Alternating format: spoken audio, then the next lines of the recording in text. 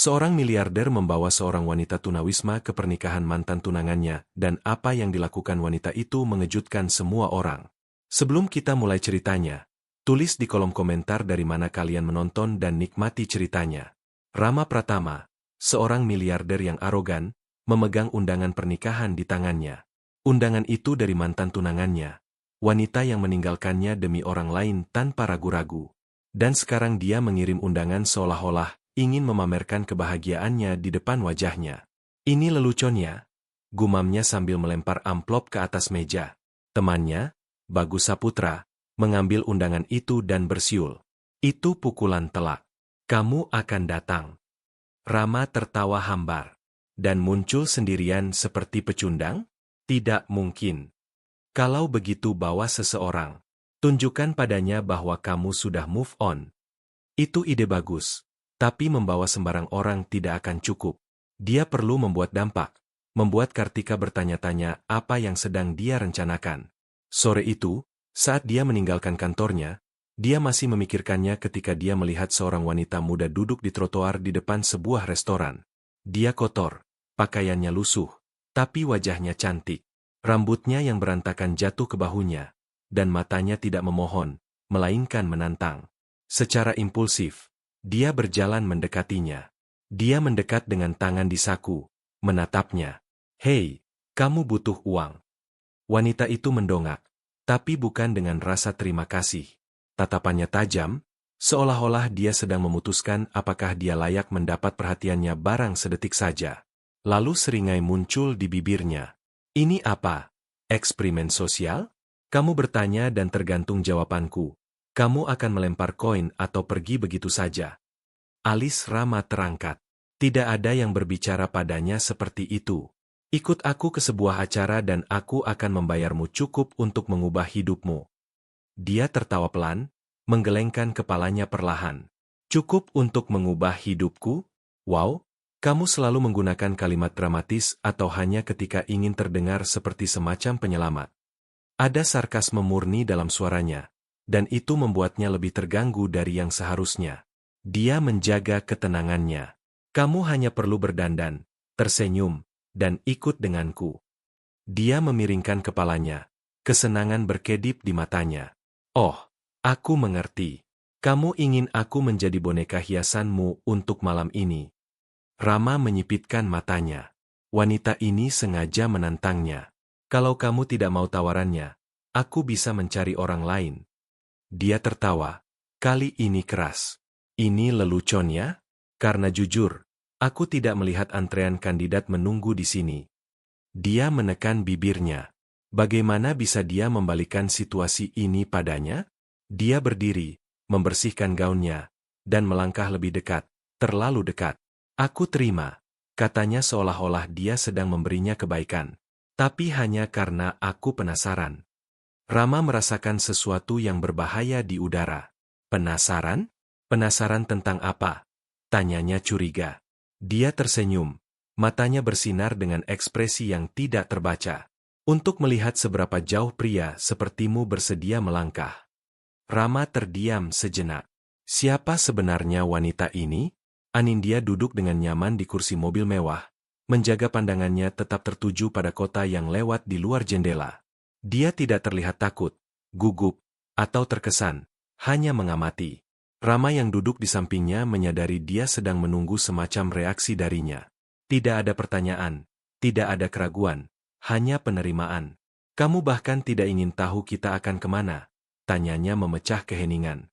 Dia berbalik padanya, seringai bermain di bibirnya. Tempat mahal, aku tebak. Rama mengangkat alisnya. Dan kamu tidak penasaran? Haruskah aku? Kamu menemukanku di jalanan dan menawariku uang untuk menjadi teman kencanmu. Itu sudah cukup aneh. Tapi aku ragu kamu berencana menjualku untuk perdagangan manusia atau semacamnya. Rama tertawa.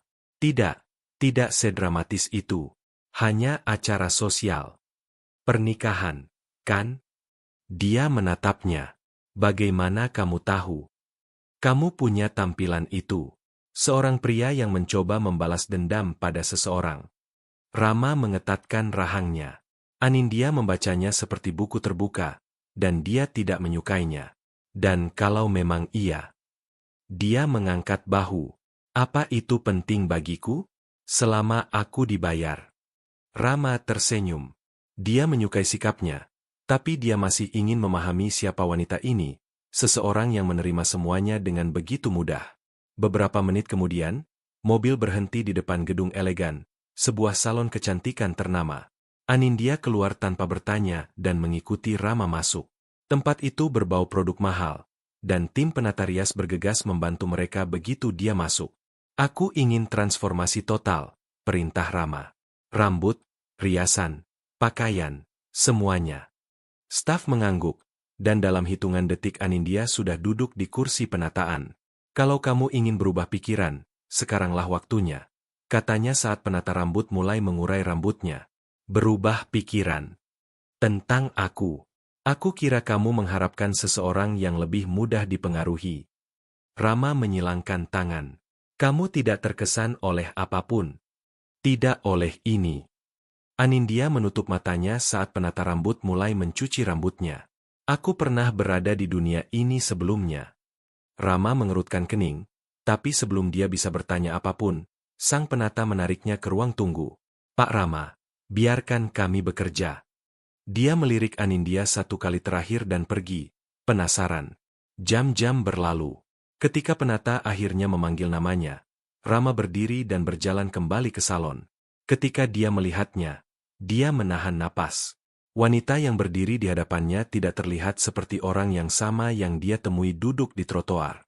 Rambutnya yang dulu berantakan sekarang jatuh dalam gelombang halus berkilau. Wajahnya yang sebelumnya kotor dan ditandai kelelahan sekarang sempurna. Matanya ditonjolkan oleh riasan canggih. Gaun pas membentuk tubuhnya, dan sepatu hak tinggi membuatnya terlihat lebih percaya diri. Tapi yang paling mengejutkannya adalah ekspresinya. Dia tidak tampak terkejut atau terkesan dengan transformasinya. Dia hanya menatap dirinya di cermin, mengamati, seolah-olah dia pernah melihat dirinya seperti ini sebelumnya. Ada apa? Dia berbalik padanya, menangkap tatapan penasarannya. Kamu tidak terlihat terkejut. Anindya tersenyum, kilatan misterius di matanya. Karena aku memang tidak. Rama menyilangkan tangan. Siapa kamu sebenarnya, Anindya? Dia mengambil tas yang diberikan penata dan berjalan ke arahnya. Seseorang yang tahu cara memanfaatkan peluang bagus ketika datang. Mobil meluncur dengan mulus di jalan yang terang menuju acara yang selama ini dihindari Rama, tapi sekarang dia bersemangat untuk hadir. Di sampingnya, Anindya mengamati pemandangan dengan ketenangan yang hampir menjengkelkan. Dia mengharapkannya menunjukkan kegelisahan atau kegugupan di beberapa titik, tapi sejak meninggalkan salon, ketenangannya tetap sempurna, seolah-olah dia sudah akrab dengan dunia itu. Kamu sangat pendiam, komentar Rama, mengalihkan pandangan dari jalan untuk menatapnya. Aku hanya menikmati keheningan, jawab Anindya dengan senyum samar. Dia mengerutkan kening. Kebanyakan orang dalam situasimu akan terpesona oleh semua ini. Dia tertawa pelan. Mungkin aku tidak seperti kebanyakan orang. Rama menyadari bahwa menekannya lebih jauh tidak akan membawanya kemana-mana. Ada sesuatu tentangnya yang membuatnya penasaran, tapi dia tidak akan mendapatkan jawaban dengan mudah. Mobil akhirnya berhenti di depan ballroom hotel mulia yang mewah, di mana ratusan tamu elit sudah berkumpul. Di luar, pasangan-pasangan keluar dari limusin dan mobil sport, memamerkan perhiasan dan gaun desainer mereka. Wartawan dan fotografer meliput acara tersebut, memastikan setiap detail pernikahan didokumentasikan untuk halaman sosialita. Rama keluar lebih dulu, menyesuaikan jasnya dengan alami. Lalu dia mengulurkan tangannya kepada Anindya, yang menerimanya tanpa ragu. Ketika dia keluar dari mobil, dampak langsungnya tidak bisa dipungkiri. Semua mata tertuju padanya. Wanita-wanita berbisik di antara mereka sendiri, mencoba mencari tahu siapa wanita misterius yang menemani Rama Pratama. Pria-pria memandangnya dengan tertarik. Namun Anindya tidak bergeming. Dengan keanggunan sempurna, dia mengangkat dagunya dan tersenyum dengan halus, seolah-olah dia sudah terbiasa menjadi pusat perhatian. Rama membimbingnya di karpet merah menuju pintu masuk aula. Saat mereka berjalan, Anindya mempertahankan ekspresi tenang, tidak menunjukkan keterkejutan pada lingkungan mewah. Ikuti arahanku. bisik Rama. Bersikaplah sopan, tersenyum, dan jangan menarik perhatian yang tidak perlu. Dia mengangkat alisnya. Kamu membawaku ke sini untuk membuat mantanmu cemburu atau untuk tidak terlihat. Rama menekan bibirnya, tidak menjawab. Sudah kuduga, kata Anindya dengan geli. Mereka melewati pintu ganda dan memasuki aula besar di mana lampu kristal berkilau di bawah cahaya emas. Ruangan itu dipenuhi tokoh-tokoh kelas atas yang mengenakan pakaian terbaik mereka. Tidak butuh waktu lama bagi Kartika dan tunangannya untuk masuk ke pandangan Rama. Kartika terlihat memukau dalam gaun putih elegan. Senyumnya dibuat sempurna untuk memikat semua orang. Fajar Nugroho, calon suaminya, persis tipe yang disetujui keluarganya. Kaya, tradisional, dan mudah ditebak. Mata Kartika bertemu dengan Rama sebentar. Dia tampak terkejut melihatnya di sana. Tapi kemudian tatapannya tertuju pada Anindya dan membeku. Ekspresi Kartika berubah secara halus. Seolah-olah mencoba mencari tahu siapa wanita memukau di samping mantan tunangannya ini. Dengan senyum terhitung, Rama memimpin Anindya langsung ke arah mereka. Kartika, sapanya dengan nada sopan tapi dingin.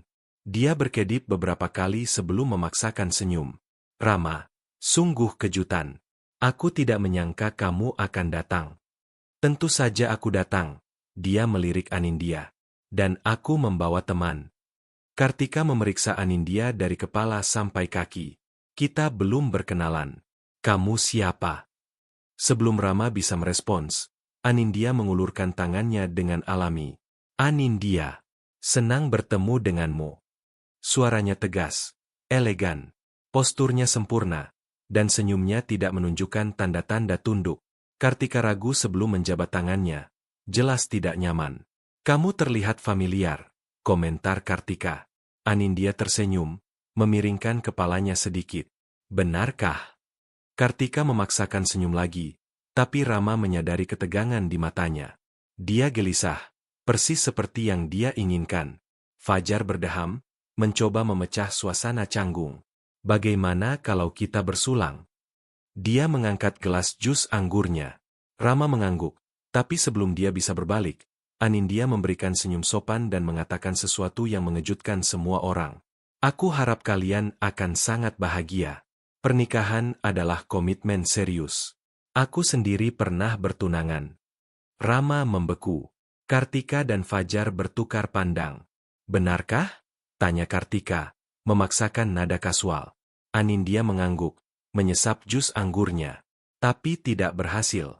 Tunanganku memutuskan aku bukan pilihan yang tepat untuk keluarganya.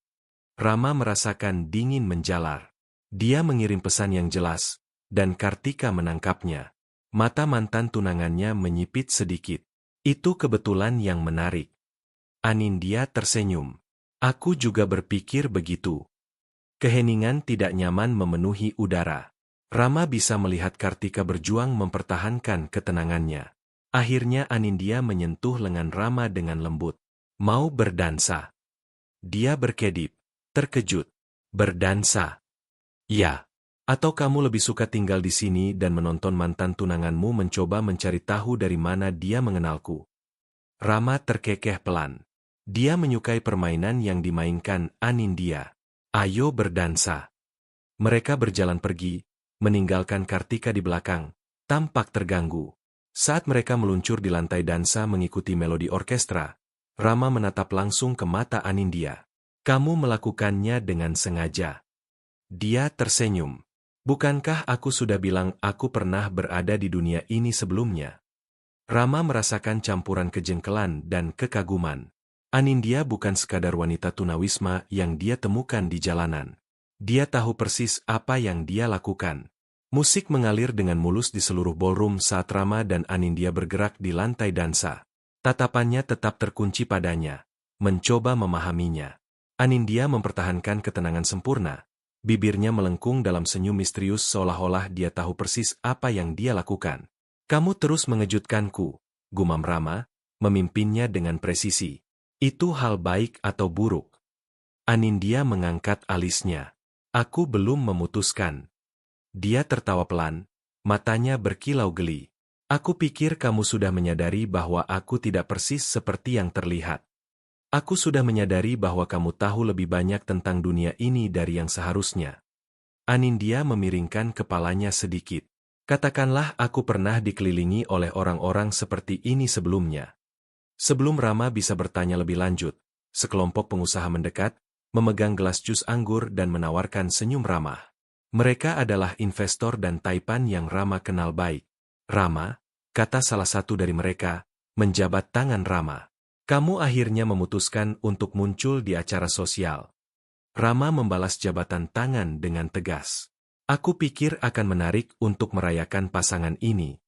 Perhatian para pengusaha dengan cepat beralih ke Anindya, mempelajarinya dengan tertarik.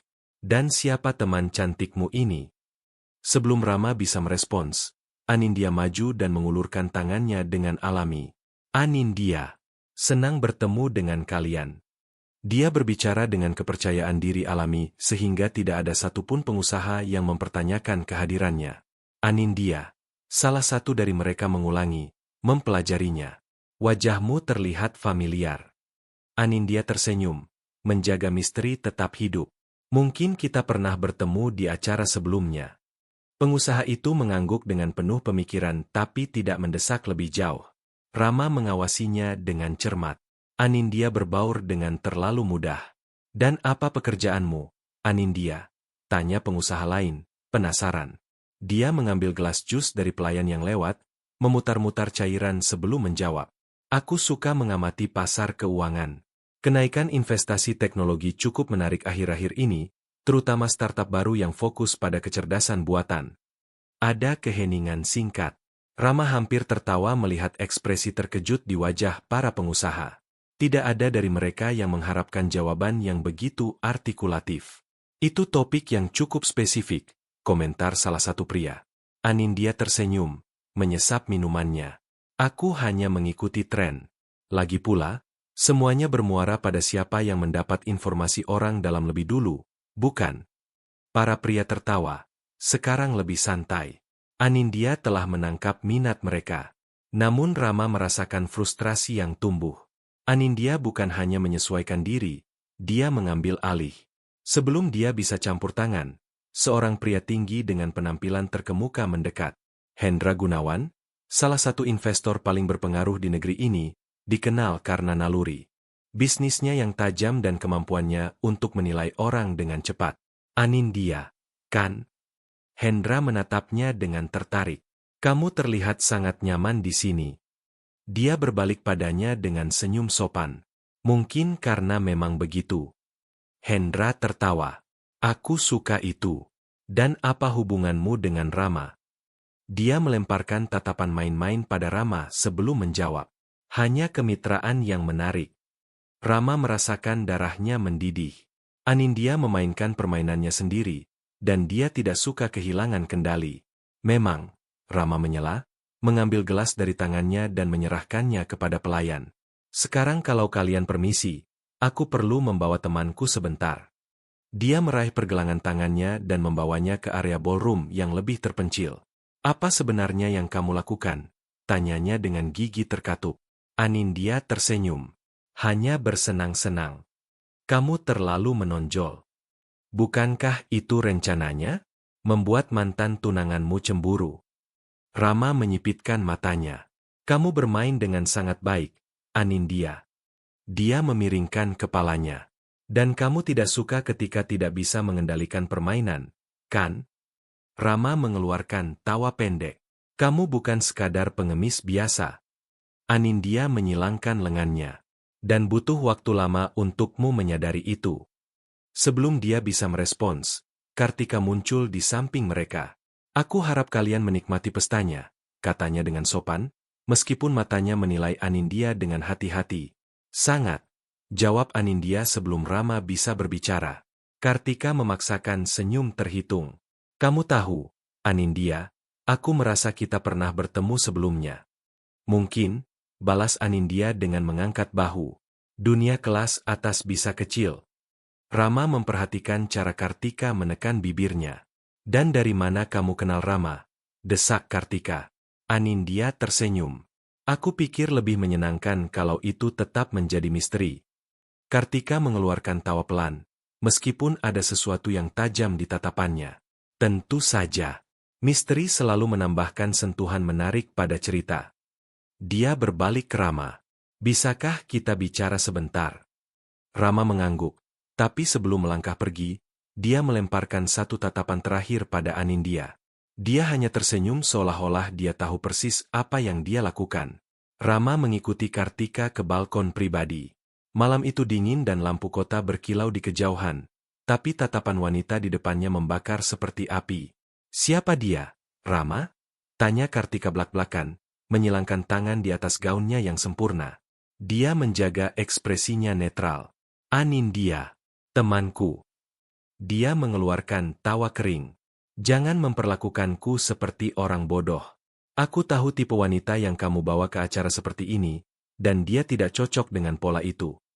Rama merasakan gelombang kejengkelan. Apa sebenarnya yang ingin kamu ketahui, Kartika? Dia menatapnya dengan intens. Dari mana dia berasal? Dia ragu sedetik, dan itu cukup bagi Kartika untuk menangkapnya. Ya Allah, bisiknya seolah-olah dia telah menyusun teka-teki itu. Kamu menemukan wanita ini di jalanan, kan? Rama tidak mengkonfirmasi, tapi diamnya mengatakan segalanya. Ini tidak bisa dipercaya, kata Kartika dengan tawa tidak percaya. Kamu membawa pengemis untuk memprovokasiku. Aku membawa wanita yang percaya diri dan cerdas yang cocok di sini dengan sempurna, balasnya dengan tegas. Wanita yang tahu terlalu banyak untuk seseorang yang katanya tinggal di jalanan, balas Kartika, menyipitkan matanya. Dia tidak termasuk di dunia ini. Atau iya? Rama tidak menyukai nadanya. Jangan coba bermain-main denganku, Kartika. Kamu tidak punya hak itu lagi. Dia mengangkat alisnya. Mungkin tidak. Tapi aku punya hak untuk tahu dengan siapa aku berhadapan. Kartika meluruskan posturnya seolah-olah dia sudah membuat keputusan. Kalau aku jadi kamu, Rama, aku akan berhati-hati. Wanita itu tidak muncul dalam hidupmu secara kebetulan. Tanpa menunggu jawaban, dia berbalik dan kembali ke ballroom, meninggalkan Rama sendirian dengan keraguannya. Anindya merasakan tatapan saat dia bergerak melewati para tamu. Itu tidak terhindarkan. Sejak kedatangannya, semua orang mencoba mencari tahu siapa dia. Tapi dia bergerak dengan mudah seolah-olah dia selalu menjadi bagian dari sana. Lalu Kartika muncul di depannya. Kamu menari dengan baik. Anindya tersenyum. Terima kasih. Kamu juga. Kartika memiringkan kepalanya, mempelajarinya. Dan kamu berbicara dengan baik. Kamu tahu cara membawa diri di acara seperti ini. Aku menghargai pujiannya, kata Anindya dengan tenang. Itu bukan pujian. Itu pengamatan. Anindya menyadari ketegangan di mata Kartika. Kamu pikir kamu mengenalku? Kartika tertawa pelan. Aku tidak berpikir. Aku tahu. Anindya menjaga posturnya tetap tegak. Kalau begitu katakan padaku, Kartika, menurutmu siapa aku? Kartika mengamatinya untuk waktu yang lama sebelum tersenyum. Itulah yang masih berusaha aku cari tahu. Dia mengambil gelas jus anggur dari nampan pelayan. Tapi jangan khawatir, Anindya. Aku selalu mencari tahu. Dia menyesapnya dan menghilang ke kerumunan. Anindya berdiri diam, menarik napas dalam-dalam. Kartika mulai mencurigai sesuatu, dan itu adalah masalah. Di dalam mobil, Rama mengemudi dalam diam. Anindya mengamati jalanan kota yang terang, tapi dia bisa merasakan dia gelisah. Kamu ingin menanyakan sesuatu padaku, katanya. Iya. Dia tidak melepaskan pandangan dari jalan. Tapi aku tidak tahu apakah kamu akan menjawab. Dia tersenyum. Tergantung pertanyaannya. Rama memutar kemudi, melakukan belokan tajam. Siapa kamu sebenarnya, Anindya? Dia menyilangkan kakinya. Santai. Wanita yang kamu pilih untuk membuat kesan pada mantan tunanganmu. Bukan. Rahangnya mengeras. Kamu tahu terlalu banyak. Kamu bertindak seperti seseorang yang pernah hidup di dunia ini sebelumnya. Dia diam. Rama berhenti di depan hotelnya dan berbalik menghadapnya. Aku sudah menyelidikimu. Dia tidak terlihat terkejut. Dan apa yang kamu temukan? Dia mempelajarinya. Tidak ada. Kamu tidak ada. Anindya. Tidak ada catatan, tidak ada informasi terbaru. Seolah-olah kamu menghapus hidupmu sendiri. Dia memberikan senyum kecil. Mungkin beberapa hal perlu dihapus. Rama merasakan campuran frustrasi dan ketertarikan. Aku tidak suka misteri. Kalau begitu mungkin aku bukan orang yang tepat untukmu. Dia membuka pintu mobil dan keluar, berjalan masuk ke hotel tanpa menoleh ke belakang. Rama duduk diam sejenak, jari-jarinya mencengkeram kemudi. Dia menyembunyikan sesuatu, dan dia akan mencari tahu. Anindya mengunci pintu dan bersandar padanya. Jantungnya berdebar kencang. Kartika curiga. Rama curiga. Dia menatap dirinya di cermin. Gaun mewah, riasan sempurna. Sejenak, dia terlihat seperti orang lain. Atau mungkin dia sedang menjadi siapa dia sebenarnya. Dia mengeluarkan ponsel sekali pakai yang tersembunyi di tasnya dan mengetik pesan singkat. Dia mulai menyelidiki. Balasan datang beberapa detik kemudian. Kalau begitu sudah waktunya, kamu memutuskan langkah selanjutnya. Anindya menghapus pesan dan menghela napas pelan.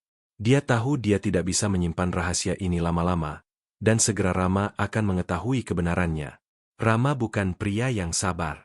Dia suka jawaban langsung, kendali mutlak atas segala sesuatu di sekitarnya. Tapi Anindya, dia adalah misteri yang menentang logikanya, dan itu mengganggunya lebih dari yang ingin dia akui. Pagi itu, saat dia menyesap kopinya di kantor, pikirannya masih terpaku pada malam sebelumnya. Anindya tahu hal-hal yang seharusnya tidak dia ketahui. Dia bertindak seperti dia milik kelas atas, namun tidak ada catatan tentangnya, tidak ada dalam sistem apapun. Seolah-olah dia telah menghapus sejarahnya sendiri. Dia mengambil telepon dan menghubungi nomor yang sudah lama tidak dia gunakan. Aku butuh kamu menyelidiki seseorang untukku, katanya blak-blakan begitu panggilan dijawab. Di ujung lain, seorang pria terkekeh. Sudah lama. Rama. Siapa targetnya? Anindya. Rama berhenti sejenak. Tidak ada nama belakang. Itu membuat segalanya lebih menarik. Aku ingin tahu segalanya.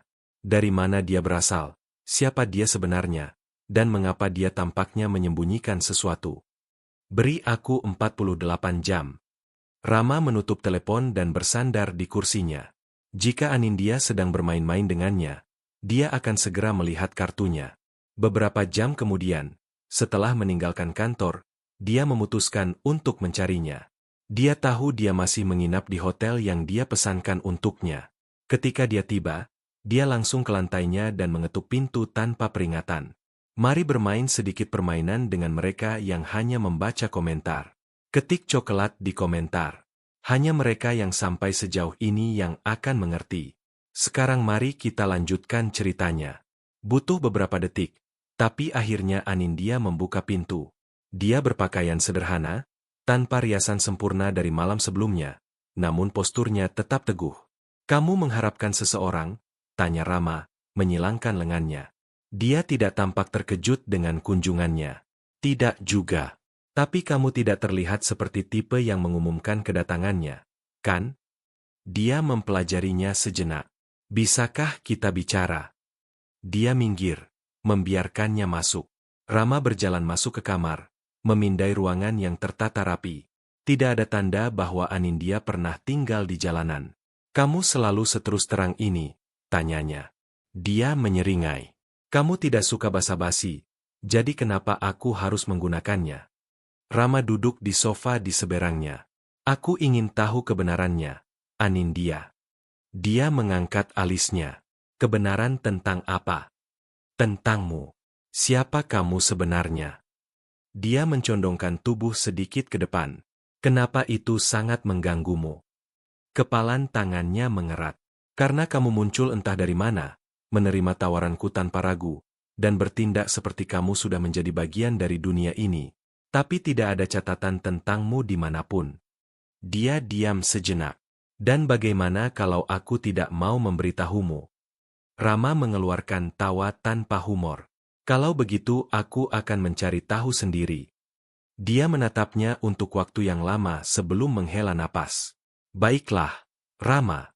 Aku akan ceritakan sedikit. Dia menyesuaikan posisinya di sofa, menunggu. Aku tumbuh di dunia yang sangat mirip dengan milikmu. Kemewahan, pesta, koneksi kuat. Tapi dunia itu bisa kejam, terutama ketika kamu menjadi hambatan bagi orang yang salah. Rama menyipitkan matanya. Hambatan. Keluargaku berpengaruh. Ayahku menjalankan bisnis yang melibatkan banyak uang. Tapi satu pengkhianatan membuat semuanya berantakan dalam semalam. Aku kehilangan segalanya. Dia mengerutkan kening. Siapa yang mengkhianatimu? Anindya memalingkan muka. Seseorang yang aku percaya.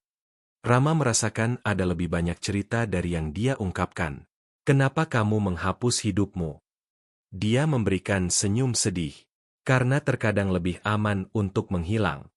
Keheningan di antara mereka semakin berat. Rama tahu dia tidak menceritakan segalanya. Tapi ini adalah potongan pertama dari teka-teki. Dan sekarang apa yang kamu rencanakan? Anindya menyilangkan kakinya. Aku masih memutuskan. Rama berdiri. Kamu bisa terus membohongiku, Anindya. Tapi aku akan menemukan kebenarannya. Dia menyaksikannya meninggalkan kamar tanpa mengatakan apa-apa lagi. Keesokan harinya, Rama menerima telepon dari penyelidiknya. Aku menemukan sesuatu. Katakan. Kamu benar. Anindya bukan seperti yang dia pura-purakan. Rama mencengkeram telepon dengan erat. Lanjutkan.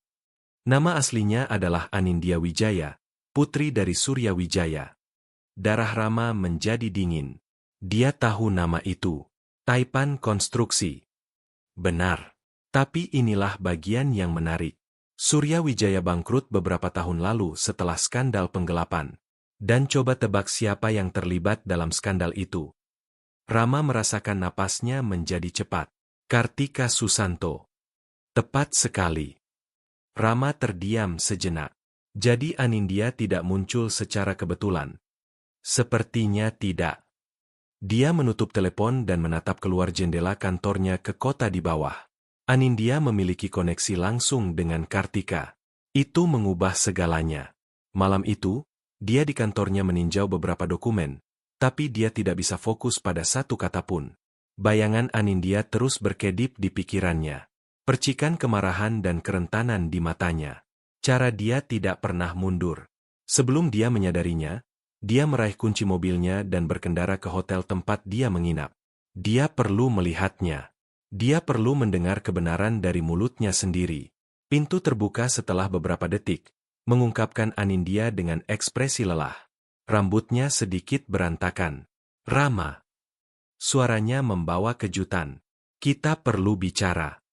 Dia menghela napas dan membuka pintu lebih lebar, membiarkannya masuk. Aku tidak tahu kamu suka berkunjung malam-malam. Aku juga tidak. Dia menyilangkan lengannya, menatapnya. Bisakah kamu berhenti menguji aku sebentar dan katakan yang sebenarnya? Tentang apa? Dia mengerutkan kening. Tentang kenapa kamu menerima tawaranku tanpa ragu. Dia memalingkan muka sejenak sebelum akhirnya berbicara. Karena Kartika Susanto menghancurkan keluargaku. Kata-kata itu membuat perut Rama bergejolak. Dia sudah tahu, tapi dia ingin konfirmasi. Kartika bertanggung jawab atas kejatuhan ayahku, atas kehancuran hidupku. Dia mengamatinya dengan cermat. Ceritakan semuanya. Anindya berjalan ke jendela, memeluk dirinya sendiri. Ayahku, Surya Wijaya, memiliki salah satu perusahaan konstruksi terbesar di negeri ini. Dia pria terhormat, disegani, sampai dia mempercayai keluarga Susanto. Kartika masuk ke bisnis sebagai mitra strategis, seseorang yang dia yakini bisa dia andalkan. Tapi kenyataannya, dia memanipulasinya sepanjang waktu. Memanipulasi bagaimana? Menciptakan kesepakatan palsu, menggelapkan uang, memasukkan namanya ke transaksi ilegal tanpa sepengetahuannya. Ketika semuanya meledak, ayahku dituduh korupsi. Dia kehilangan segalanya. Rumah kami. Martabat kami. Suaranya bergetar. Dia meninggal sebelum bisa membela diri. Rama merasakan sakit di dadanya saat mendengar itu. Ya Allah. Anindya melanjutkan, matanya tertuju pada kota di luar. Setelah itu, Semuanya berantakan. Ibuku jatuh sakit tak lama kemudian dan tidak kuat bertahan. Aku mencoba berjuang, membuktikan ketidakbersalahannya. Tapi Kartika sudah menutup semua pintu untukku. Dalam waktu singkat, aku tidak punya apa-apa lagi. Rama berdiri dan berjalan mendekatinya. Kamu bertahan hidup di jalanan. Ya. Dan begitulah aku belajar untuk tidak pernah mempercayai siapapun lagi. Dia mengulurkan tangan dan mengangkat dagunya, memaksanya menatapnya. Kamu tidak harus melakukan ini sendirian. Dia menarik wajahnya. Aku tidak butuh penyelamat, Rama. Dia menarik napas dalam, melawan keinginan untuk memaksa. Aku tahu. Tapi bukan berarti kamu harus menanggung semuanya sendiri. Anindya mengeluarkan tawa pelan. Tapi tidak ada humor di dalamnya. Kamu pikir kamu bisa melindungiku? Aku pikir aku ingin melindungimu. Dia berkedip, terkejut. Dan kenapa? Dia menghela napas. Karena aku tidak tahu lagi apa yang aku rasakan ketika berada di dekatmu. Ada keheningan panjang. Anindya akhirnya berbalik sepenuhnya menghadapnya. Apa artinya itu? Dia menjalankan tangan melalui rambutnya. Artinya kamu membuatku gelisah. Aku tidak pernah merasakan ini sebelumnya. Aku tidak bisa menjelaskannya. Dia menatapnya untuk waktu yang lama. Dan itu sangat mengganggumu. Kalau begitu mungkin lebih baik kita menjaga jarak. Dia menggeleng. Aku tidak bisa melakukan itu. Dia memalingkan muka, jelas terganggu oleh arah pembicaraan. Ini tidak mengubah apapun. Aku tahu. Dia mengepalkan tinjunya. Dan bagaimana dengan Kartika? Sekadar menyebut nama mantan tunangannya sudah cukup untuk membawanya kembali ke kenyataan. Kalau semua yang kamu katakan benar, aku tidak tahu siapa dia sebenarnya. Anindya mengangguk perlahan. Tapi aku tahu. Dan aku tidak akan berhenti sampai aku menyelesaikan urusanku. Rama tetap diam. Dia tahu dia tidak akan bisa meyakinkannya untuk mundur. Kalau begitu aku akan di sisimu. Dia memberikan senyum kecil pahit manis.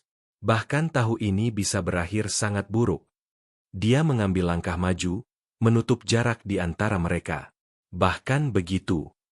Larut malam itu, Rama terbangun oleh suara teleponnya berdering. Rama, kita punya masalah, kata penyelidik di ujung lain. Ada apa? Kartika sudah tahu Anindya ada di sekitar. Dan dia tidak senang dengan itu. Jantung Rama berpacu. Apa yang akan dia lakukan? Kami belum tahu. Tapi seseorang sedang menggali informasi tentang Anindya. Dia mengetatkan rahangnya. Kabari aku jika ada perkembangan. Ketika dia menutup telepon, beban berat menimpa dadanya. Kartika tidak akan membiarkan Anindya tenang. Dia perlu bertindak sebelum terlambat. Keesokan paginya, Rama menemukan Anindya di balkon hotel. Dia duduk di lantai, lengan memeluk lututnya, menatap cakrawala. Dia mendekat perlahan dan berjongkok di sampingnya. Kamu tahu dia sudah mengetahuinya, kan? Aku tahu. Dia menghela napas. Dia tidak akan berhenti. Aku juga tidak. Rama menatapnya sejenak. Cara rambutnya sedikit berantakan. Betapa lelah matanya terlihat. Sesuatu di dalam dirinya mengencang. Anindya. Dia berkedip beberapa kali seolah-olah mencoba menahan air mata. Tapi satu lolos di sudut matanya. Itu naluriah. Rama menariknya ke dalam pelukan, menahannya erat di dadanya. Semua akan baik-baik saja, gumamnya. Dia tidak melawan. Dia hanya menutup matanya dan menyandarkan wajahnya padanya. Tidak ada dari mereka yang mengatakan apapun. Tidak perlu. Saat itu, tanpa harus mengakuinya keras-keras, mereka tahu mereka bersama dalam ini. Dan bahwa Kartika tidak tahu apa yang akan datang. Rama merasa ada sesuatu yang akan terjadi. Sejak percakapannya dengan Anindya malam sebelumnya, pikirannya tidak menemukan ketenangan. Mengetahui bahwa Kartika terlibat dalam menghancurkan keluarga Anindya mengubah segalanya. Dia menginginkan balas dendam, bukan hanya untuk Anindya, tapi untuk dirinya sendiri. Bagaimanapun, dia hampir menikahi wanita yang mampu menghancurkan kehidupan tanpa ragu-ragu. Sekarang dia perlu mencari tahu sejauh mana Kartika akan melindungi rahasianya. Pagi itu, saat meninjau beberapa laporan di kantornya, dia menerima telepon dari penyelidik pribadinya. Rama, kita punya masalah. Lanjutkan. Kartika sedang merencanakan sesuatu. Kontakku bilang dia sedang mengumpulkan informasi tentang Anindya. Sepertinya dia berencana mengekspos sesuatu terhadapnya. Rama menggertakkan giginya. Apa tepatnya yang dia temukan? Aku belum tahu. Tapi aku tahu dia sudah menghubungi pengacara dan wartawan. Kalau dia sampai sejauh itu, berarti dia punya sesuatu yang besar. Dia melempar pena ke mejanya dan berdiri, mengusap rambutnya. Cari tahu apa itu sebelum dia bergerak. Aku sedang mengerjakannya. Tapi aku sarankan kamu memperingatkan Anindya. Dia menarik napas dalam. Aku dalam perjalanan menemuinya sekarang. Ketika dia tiba di hotel tempat Anindya menginap, Rama mengetuk pintu dengan keras. Dia membuka dengan cepat, terkejut melihatnya begitu tegang. Ada apa? Dia masuk tanpa menunggu undangan dan menutup pintu di belakangnya. Kartika sedang bergerak melawanmu. Matanya menyipit. Apa maksudmu? Dia mengumpulkan informasi dan merencanakan sesuatu besar. Penyelidikku yakin dia mungkin mencoba mengeksposmu secara publik. Anindya tidak tampak terkejut. Dia hanya menghela napas dan menyilangkan lengannya.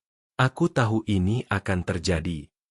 Dan kamu setenang ini tentang itu. Dia tertawa tanpa humor. Setelah semua yang aku alami, Rama, menurutmu skandal akan membuatku takut. Dia menatapnya sejenak, mengagumi kekuatannya. Tapi itu tidak mengurangi bahayanya. Aku bisa melindungimu, katanya. Dia mengangkat alisnya. Sudah kubilang aku tidak butuh penyelamat. Ini bukan tentang menyelamatkanmu. Ini tentang menghentikan Kartika. Anindya melangkah lebih dekat, menatap jauh ke matanya. Dan apa yang akan kamu lakukan, Rama? Dia memegang wajahnya dengan lembut. Ibu jarinya membelai kulitnya perlahan. Apapun yang diperlukan. Sejenak dia hanya berdiri di sana, menatapnya. Ada sesuatu di matanya. Sesuatu yang ingin Rama pahami, tapi yang dengan cepat dia sembunyikan. Aku tidak ingin kamu terluka karenaku. Dia memberikan senyum samar. Sudah terlambat untuk itu. Sebelum dia bisa merespons, telepon Anindya bergetar. Dia menatap layar, wajahnya menegang. Ada apa? Tanya Rama. Dia menunjukkan layar padanya. Itu pesan anonim. Hati-hati siapa yang kamu percaya. Masa lalu selalu kembali menghantuimu. Dia mengambil telepon darinya dan mempelajari pesan itu. Itu Kartika. Anindya mengambil kembali telepon dan menghapus pesan. Dia mencoba mengintimidasi aku. Rama menggeleng. Itu berarti kita semakin dekat dengan sesuatu. Dia mengangguk perlahan. Kalau begitu kita perlu bertindak sebelum dia bertindak. Keesokan paginya, skandal pecah. Setiap koran besar menjalankan berita utama tentang masa lalu Anindya. Anindya Wijaya. Dari kemewahan ke jalanan. Pewaris yang kehilangan segalanya.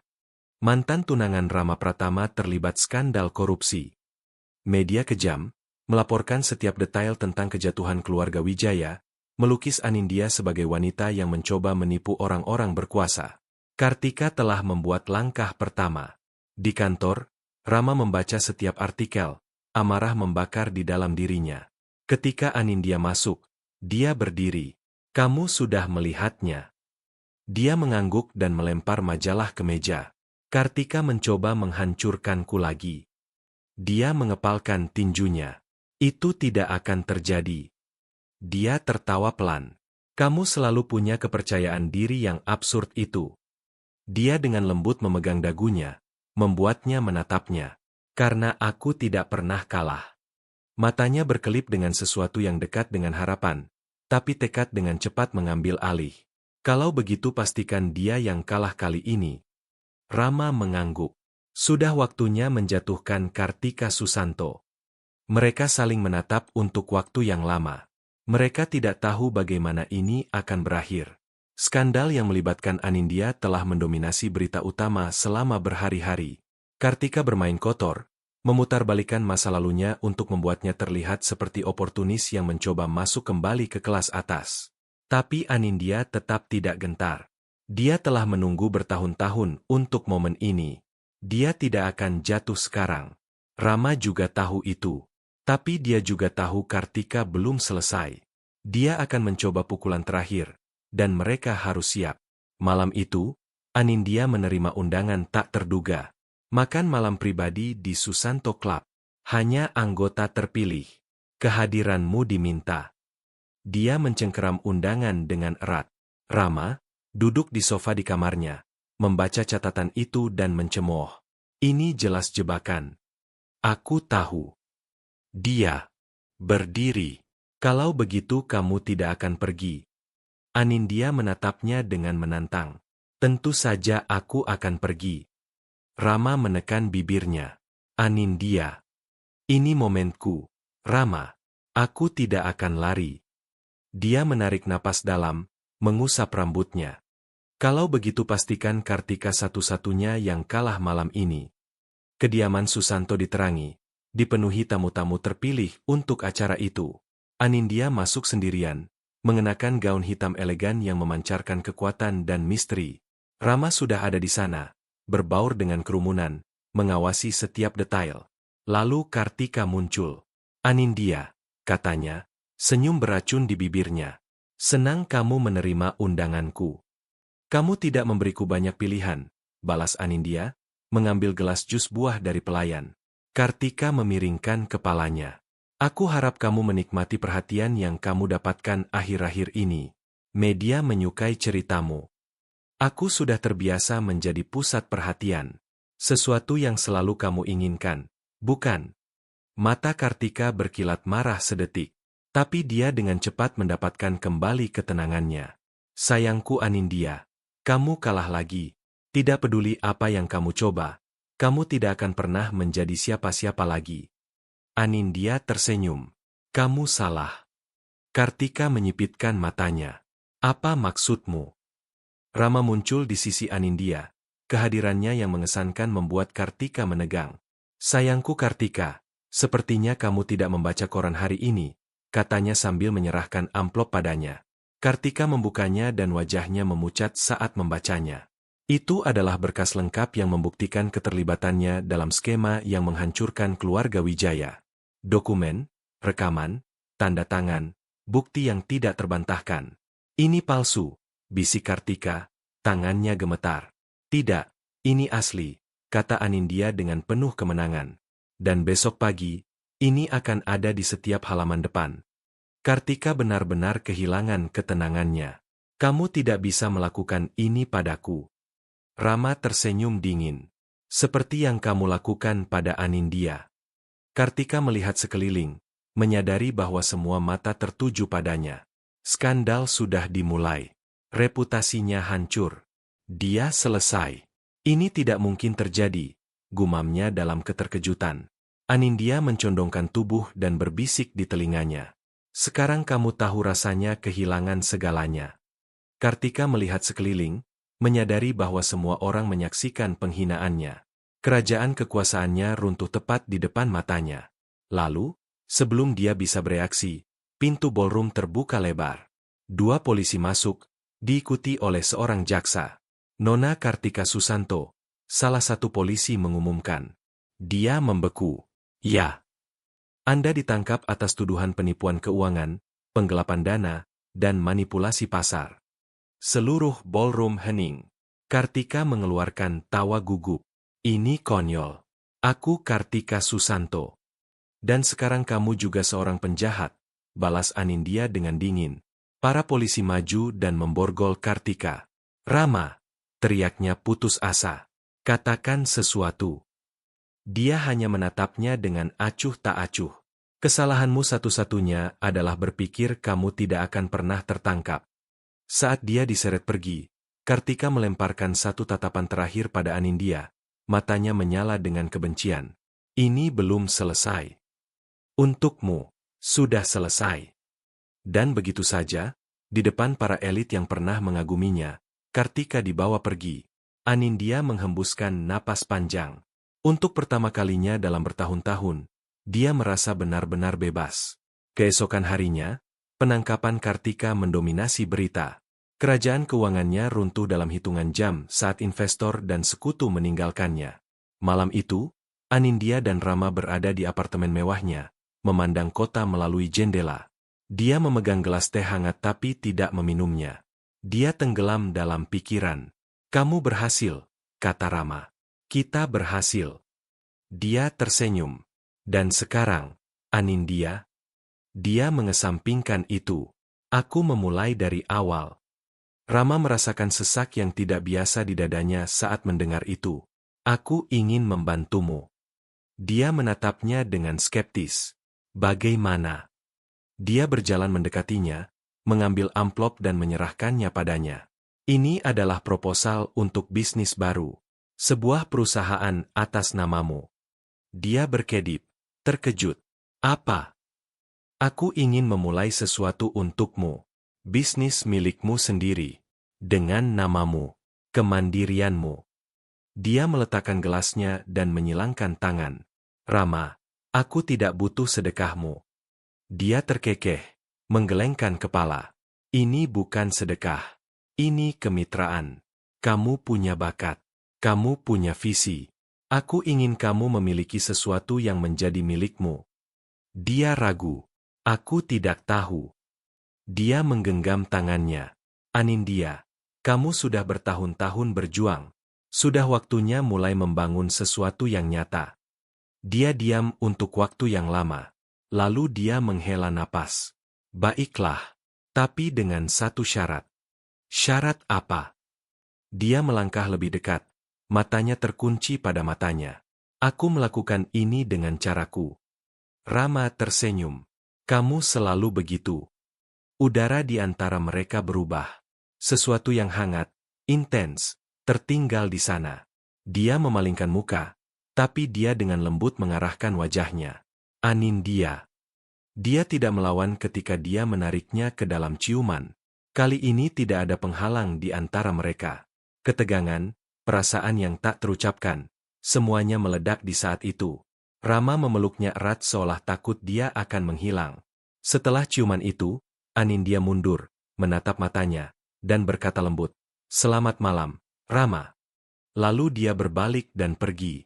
Rama berdiri diam. Tapi dia tahu dia juga merasakan sesuatu. Beberapa hari kemudian, Wijaya Consulting lahir.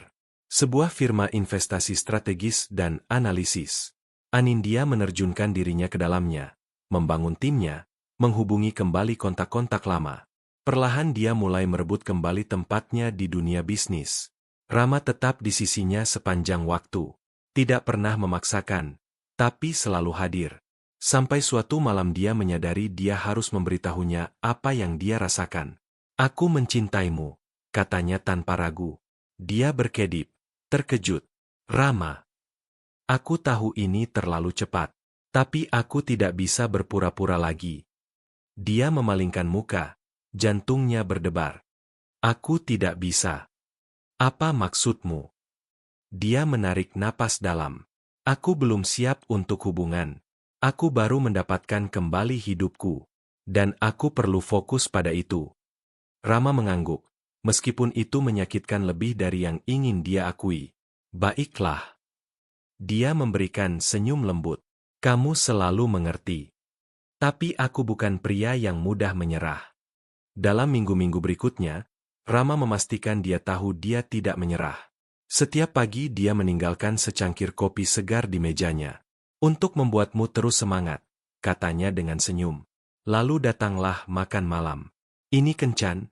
tanyanya suatu malam. "Hanya makan malam antara mitra bisnis," jawabnya santai. Dan kemudian kejutan-kejutan kecil.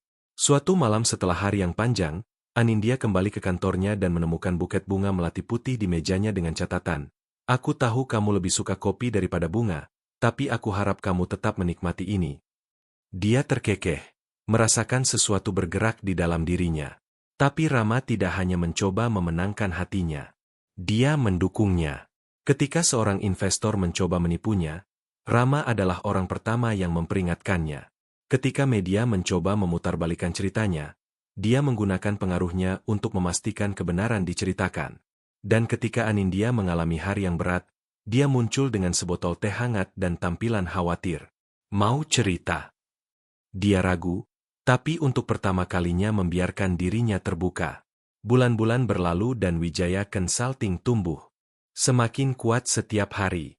Anindya akhirnya merasa dia memiliki kendali atas hidupnya. Tapi ada sesuatu yang tidak bisa dia sangkal. Rama selalu ada di sana.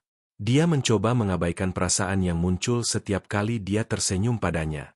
Suatu malam, Anindya menghadiri acara bisnis yang mengumpulkan nama-nama terbesar di pasar. Dia bergerak dengan anggun melewati ruangan, menyapa investor dan CEO dengan kepercayaan diri seseorang yang telah menghadapi yang terburuk dan bertahan. Gaun biru tuanya canggih namun sederhana, tetap menarik perhatian. Dia fokus membuat koneksi bermakna, tapi tidak butuh waktu lama baginya untuk merasakan seseorang memperhatikannya. Renard Tanjung, seorang investor ternama, mendekati dengan senyum menawan. Dia pria karismatik dengan rambut gelap dan mata yang intens. Nona Wijaya, akhirnya aku berkesempatan bertemu denganmu secara langsung. Anindya membalas dengan senyum sopan. Pak Renard, senang bertemu denganmu. Dia mengulurkan tangannya, tapi alih-alih jabat tangan formal, dia sedikit membungkuk dan mencium punggung tangannya, gerakan tradisional tapi memikat. Aku yang seharusnya berkata senang, katanya, tatapannya menahan tatapannya. Anindya sudah terbiasa dengan pendekatan seperti itu, tapi tetap menjaga ketenangannya. Aku asumsikan kamu di sini untuk bisnis, katanya. Bisnis bisa menunggu sebentar, bukan menurutmu. Dia memiringkan kepalanya dan mengulurkan tangan padanya. Boleh aku minta satu tarian? Dia ragu sebentar tapi memutuskan untuk menerima. Berdansa tidak berarti apa-apa. Renard membimbingnya ke lantai dansa, memegang pinggangnya dengan tegas tapi hormat. Mereka bergerak seirama, dan Anindya menyadari dia penari yang terampil. Kamu menari dengan baik, Nona Wijaya. Aku belajar bahwa kehadiran yang kuat sangat penting dalam bisnis, jawabnya. Dan di luar bisnis. Dia tersenyum, sedikit mendekat. Bukankah ada saat-saat ketika kamu membiarkan dirimu menikmati hidup? Anindya tertawa pelan. Kamu selalu segigih ini. Hanya ketika aku menemukan sesuatu yang benar-benar menarik perhatianku. Musik berakhir tapi Renard tidak segera melepaskan tangannya. Dia membawanya kembali ke bar, mengambil 2 gelas jus buah dan menyerahkan satu kepada Anindya. Jadi katakan padaku, apakah wanita sekuat dirimu pernah menyempatkan waktu untuk bersenang-senang? Sebelum Anindya bisa menjawab, dia merasakan tatapan menusuk padanya. Dia berbalik dan melihat Rama Pratama di sisi lain ruangan. Wajahnya serius, matanya menggelap dengan sesuatu yang langsung dia kenali. Kecemburuan. Rama menyeberangi ruangan dengan langkah-langkah tegas, mengabaikan sapaan yang dia terima sepanjang jalan. Ketika dia mencapai Anindya dan Renard, dia berhenti di sampingnya, kejengkelannya nyaris tidak tersembunyi. Anindya, boleh aku bicara denganmu sebentar? Suaranya tegas tapi penuh ketegangan. Renard mengangkat alisnya dan menawarkan senyum sopan. Pak Rama, benar? Aku sudah banyak mendengar tentangmu. Dan aku juga sudah mendengar tentangmu, balas Rama dengan dingin. Suasana di sekitar mereka tampak turun beberapa derajat. Rama, kami sedang di tengah percakapan, kata Anindya, mencoba menjaga ketenangan. Ya, aku perhatikan, kata Rama, melemparkan pandangan pada Renard. Dan sebanyak apapun aku ingin terus menonton ini berlangsung, aku punya urusan yang lebih penting untuk dibicarakan dengan Anindya. Renard mempertahankan sikap sopan, tapi Anindya merasakan dia telah menangkap ketegangan itu. Sepertinya temanmu tidak suka berbagi perhatian, gumam Renard padanya dengan geli. Sebelum Anindya bisa merespons, Rama mengambil langkah maju, memperjelas bahwa dia tidak menghargai komentar itu. Kamu sudah mendapat tarian, Renard. Sekarang kalau tidak keberatan. Anindya mendengus, meraih lengan Rama dengan tegas. Permisi, Pak Renard. Aku akan kembali sebentar lagi. Dia menarik Rama ke area yang lebih terpencil, langkahnya tegas. Ketika mereka mencapai lorong jauh dari lantai dansa, dia berbalik padanya dengan marah. Apa-apaan itu, Rama? Dia menjalankan tangan melalui rambutnya, mencoba menenangkan kemarahannya. Aku tidak tahan melihat pria itu merayumu. Dan itu memberimu hak untuk bertingkah seperti orang bodoh. Kamu benar-benar tidak memperhatikan cara dia menatapmu? Dia tidak tertarik dengan bisnis, Anindya. Dan kalau memang iya, itu urusanku, bukan urusanmu. Rama diam sejenak, matanya berkilat dengan frustrasi. Kamu benar, dia akhirnya mengakui. Tapi aku benci membayangkan melihatmu dengan pria lain. Anindya menarik napas dalam, mencoba mengendalikan kemarahannya. Aku bukan milikmu, Rama. Kamu tidak punya hak untuk cemburu. Dia berbalik untuk pergi, tapi Rama mengikutinya ke tempat parkir. Anindya, tunggu. Dia berputar dengan tiba-tiba. Apalagi yang kamu mau? Aku ingin kamu mendengarkanku. Aku sudah cukup mendengar. Kamu perlu mengerti bahwa kamu tidak bisa mengontrolku. Ketegangan di antara mereka sangat eksplosif. Rama menatapnya dengan ganas, dan Anindya merasakan tubuhnya bergetar dengan adrenalin. Lalu tiba-tiba, dia menariknya ke arahnya dan menciumnya. Itu ciuman putus asa, penuh dengan kemarahan dan hasrat yang tertekan. Anindya membeku sedetik, tapi kemudian, tidak mampu menahan, dia membalas ciumannya. Tapi kemudian kenyataan menghantamnya dan dia mendorongnya menjauh. Kamu tidak bisa melakukan itu. Rama bernapas berat, matanya menggelap dengan hasrat. Aku tahu kamu merasakannya. Itu tidak membenarkan apapun. Dia berbalik dan masuk ke mobilnya sebelum dia bisa mengucapkan kata lain. Dia melaju keluar dari tempat parkir, meninggalkan Rama di belakang. Keesokan harinya, Anindya berada di kantornya tapi pikirannya masih pada apa yang terjadi. Dia mencoba fokus pada laporannya tapi kenangan ciuman itu menghantuinya. Lalu pintu terbuka dan Rama masuk. Kamu tidak bisa muncul begitu saja tanpa pemberitahuan, katanya tanpa mendongak. Aku datang untuk minta maaf. Dia akhirnya menatapnya. Untuk kecemburuan atau untuk ciuman yang kamu curi? Dia menghela napas. Keduanya. Bagus. Sekarang kalau tidak keberatan, aku ada pekerjaan yang harus dilakukan. Rama memilih untuk tidak memaksa dan pergi. Dia kembali ke dokumennya.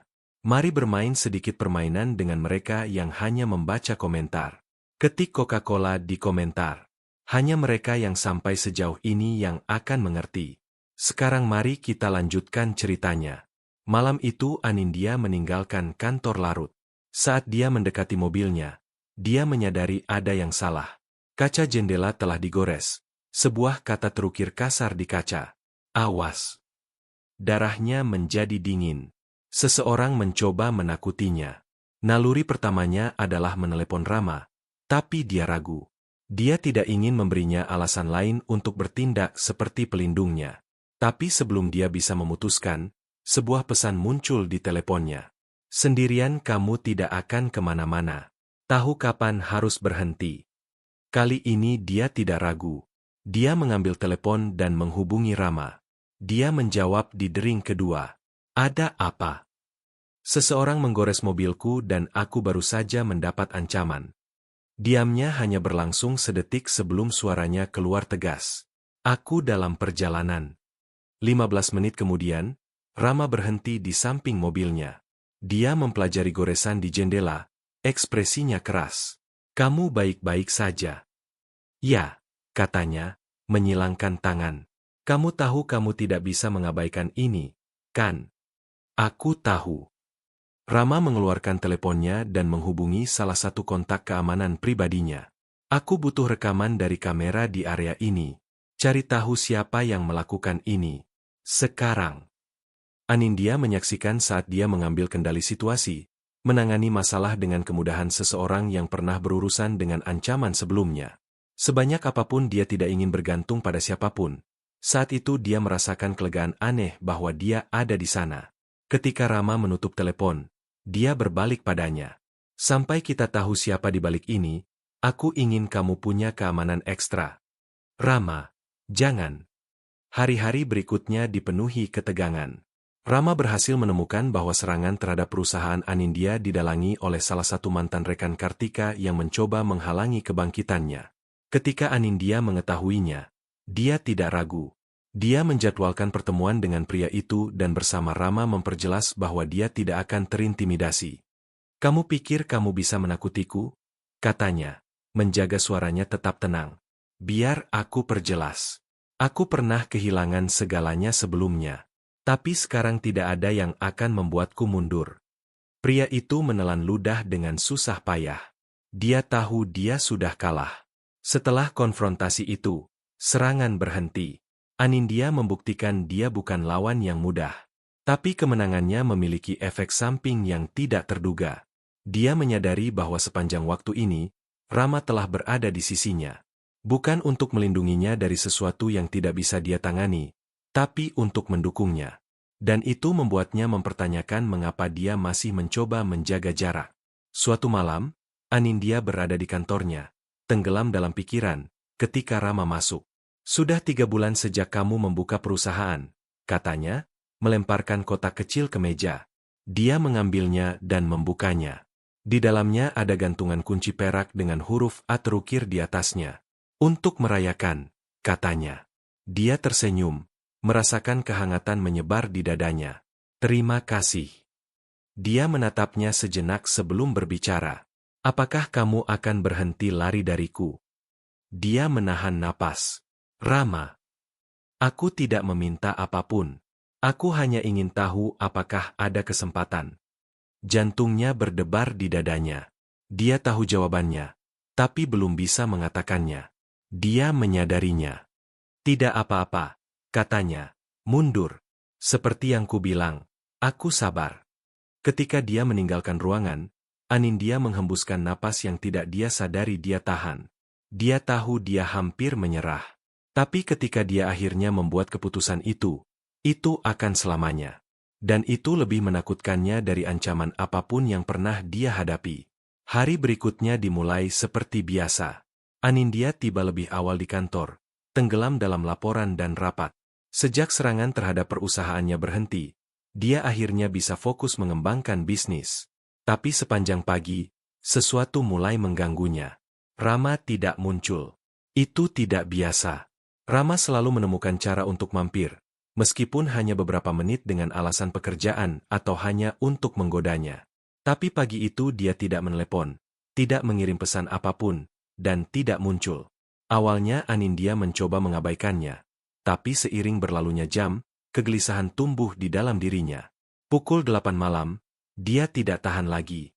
Dia meraih mantelnya dan meninggalkan kantor, berkendara ke apartemen mewah Rama. Ketika dia tiba, dia memencet bel pintu beberapa kali. Tidak ada jawaban. Jantungnya berpacu. Dia mengeluarkan kunci cadangan yang telah diberikan Rama padanya untuk keadaan darurat dan membuka pintu. Lampu di apartemen redup. Tempat itu sunyi kecuali dengungan rendah televisi. Saat itulah dia melihatnya. Rama berbaring di sofa, ditutupi selimut tipis, wajahnya pucat dan napasnya berat. "Rama!"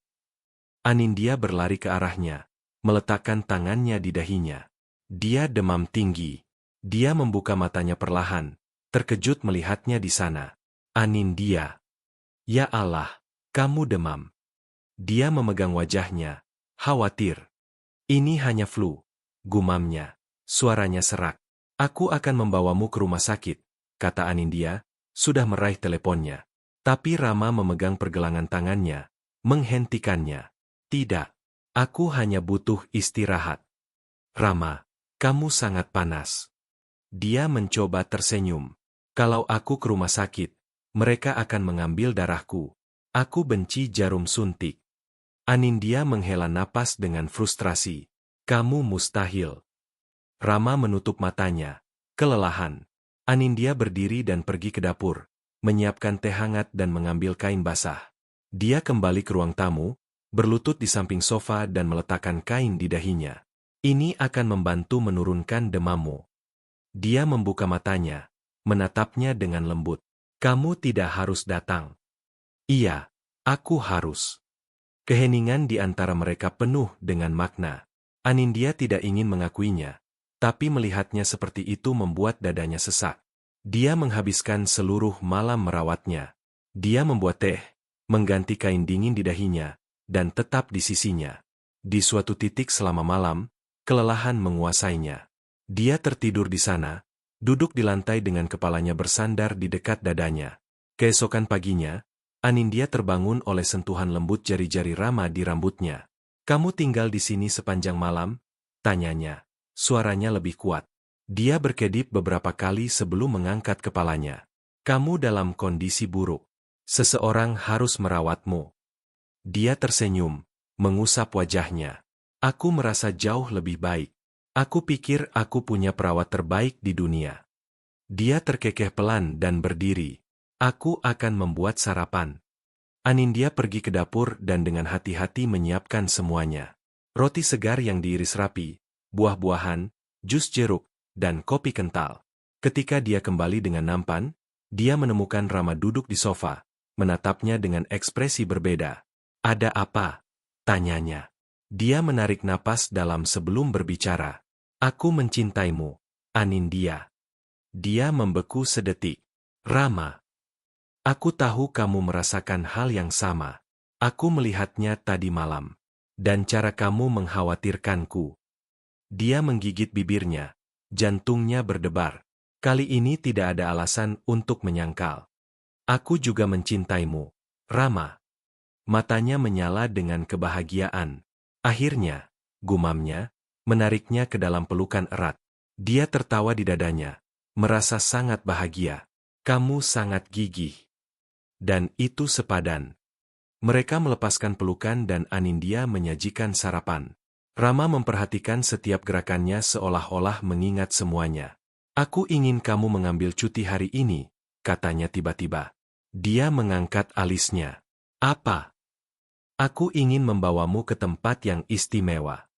Dia ragu, tapi setelah malam sebelumnya, dia tidak ingin jauh darinya.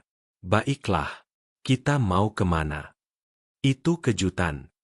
Rama membawanya ke villa terpencil di pantai pribadi di Bali. Begitu mereka keluar dari mobil, Anindya terpana.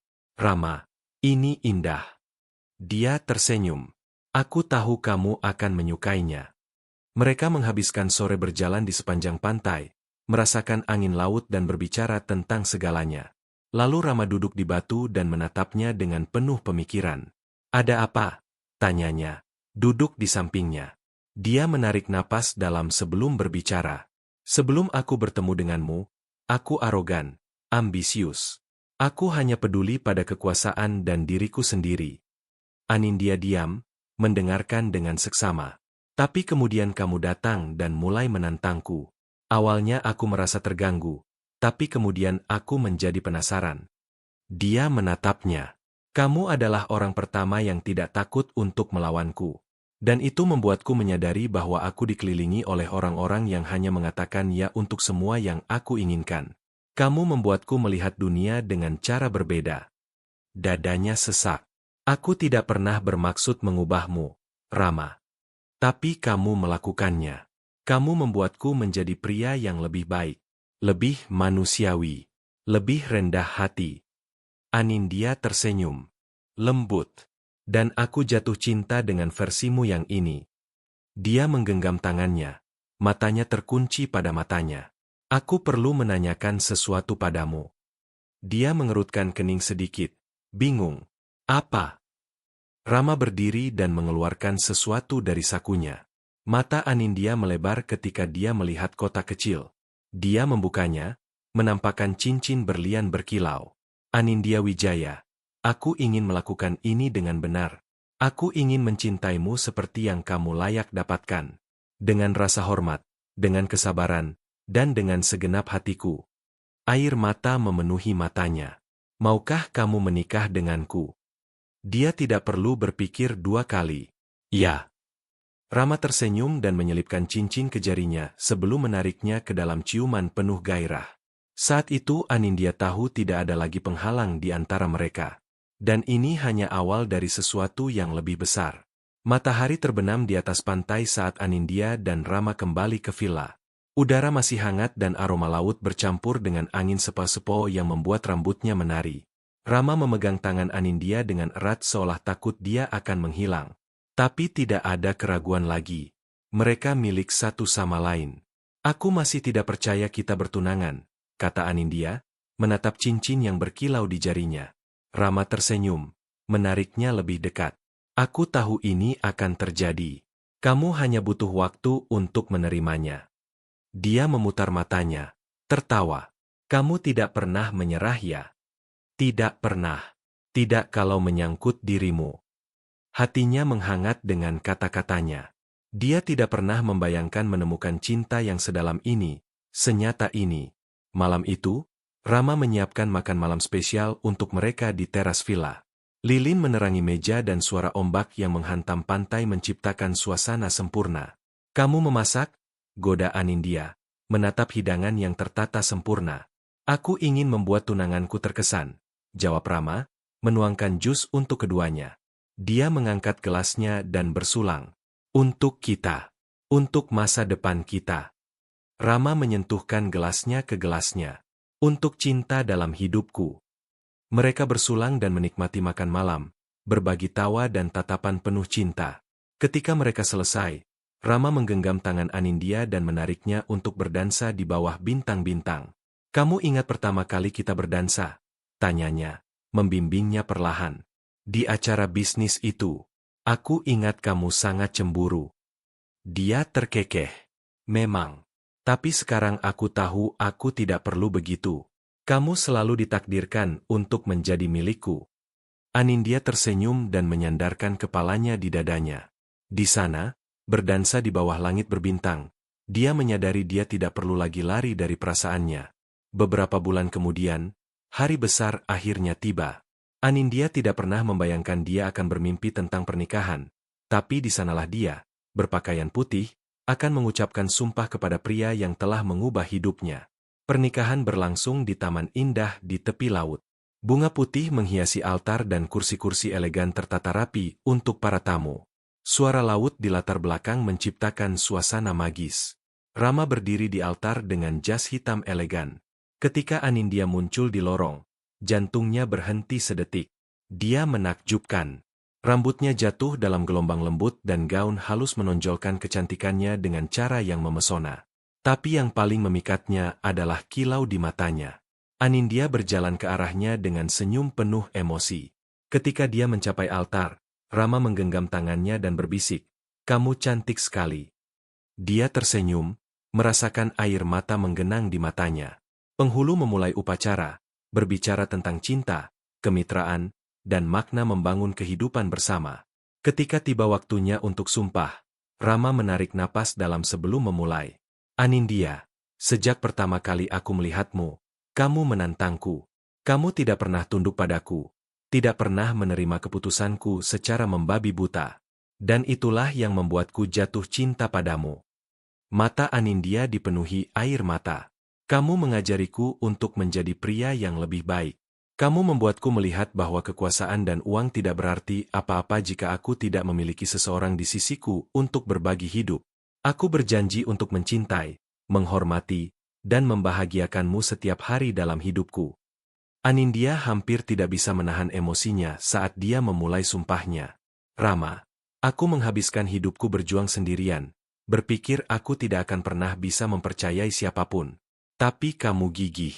Kamu tidak pernah menyerah padaku. Dan hari ini aku tahu aku tidak pernah ingin hidup tanpamu. Mereka bertukar cincin dan ketika penghulu menyatakan mereka suami istri, Rama menariknya ke dalam ciuman penuh gairah saat para tamu bertepuk tangan. Resmi. Mereka adalah suami istri. Bulan madu sempurna. Mereka bepergian ke tempat-tempat indah, menikmati setiap detik bersama, dan ketika mereka kembali, kehidupan mereka sebagai pasangan menikah dimulai bahkan lebih baik dari yang mereka bayangkan. Rama bersikeras memanjakannya, membawa kopi ke tempat tidur setiap pagi sementara Anindya membalas dengan menyiapkan makan malam romantis. Cinta mereka hanya tumbuh semakin kuat. Tapi sesuatu mulai berubah pada Anindya. Dia merasa aneh, terus-menerus lelah dan mual. Suatu pagi, saat di kamar mandi, jantungnya berdetak kencang saat dia melihat tes kehamilan di tangannya. 2 garis. Dia hamil. Emosi menguasainya dan air mata mengalir di wajahnya. Dia dan Rama akan punya bayi. Tapi ketika dia pergi ke dokter untuk konfirmasi, kejutannya bahkan lebih besar. Dia mengandung anak kembar. Ketika dia pulang, Rama menemukannya duduk di sofa, memegang hasil USG. Anindya, ada apa? Dia menatapnya. Matanya bersinar. Rama, aku hamil. Dia membeku sedetik. Apa? Dia tersenyum, menggenggam tangannya dan meletakkan hasil USG di telapak tangannya. Kita akan punya anak kembar. Mata Rama melebar sebelum senyum lebar menyebar di wajahnya. Ya Allah, dia tertawa, menariknya ke dalam pelukan kuat. Kita akan punya 2 bayi. Ya. Dia memegang wajahnya di tangannya dan menciumnya dalam. Kamu baru saja memberiku berita terbaik dalam hidupku. Dia tertawa di antara air matanya. Aku sangat mencintaimu, Rama. Dan aku lebih mencintaimu. Bulan-bulan berikutnya adalah roller coaster emosional. Rama menjadi semakin protektif, memanjakan Anindya terus-menerus. Dia berbicara pada bayi-bayi sebelum tidur, memberinya pijat kaki, dan bersikeras agar dia tidak terlalu memaksakan diri. Akhirnya, di acara syukuran 7 bulanan, dikelilingi teman dan keluarga, mereka mengungkapkan bahwa mereka mengandung seorang anak laki-laki dan seorang anak perempuan. Rama memeluk Anindya dan berbisik, kita membangun kerajaan bersama. Sekarang kita akan membangun keluarga. Dia tersenyum, hatinya meluap dengan kebahagiaan. Dan ini akan menjadi yang terbaik. Saat itu Anindya tahu dia memiliki segalanya yang pernah dia impikan. Sebuah rumah, cinta sejati, dan sekarang keluarga yang sedang tumbuh. Dan dia tidak akan pernah sendirian lagi. Bagaimana menurutmu tentang kisah Anindya dan Rama? Tulis pendapatmu di kolom komentar. Beri nilai cerita ini dari 0 sampai 10. Subscribe channel dan nyalakan notifikasi untuk mengikuti semua cerita kami. Dan jangan lewatkan kisah-kisah mengharukan lainnya dengan mengklik layar sekarang.